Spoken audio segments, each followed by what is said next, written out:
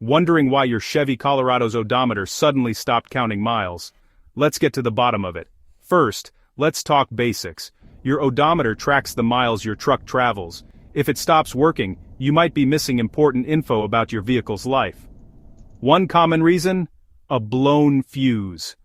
If the fuse connected to your dashboard fails, the odometer can go dark. Check your owner's manual for the fuse box location and look for any burnt-out fuses. Replace any bad ones with the same type. Another culprit is a faulty speed sensor. This sensor tells your truck how fast you're going and helps the odometer count miles. If it's broken, the odometer won't move.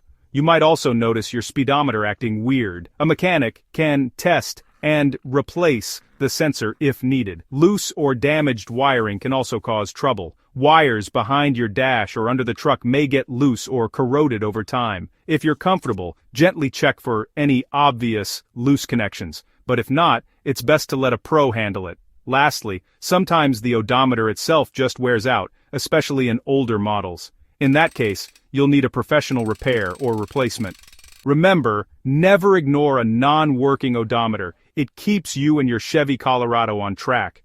If simple fixes don't work, get expert help. Your truck will thank you.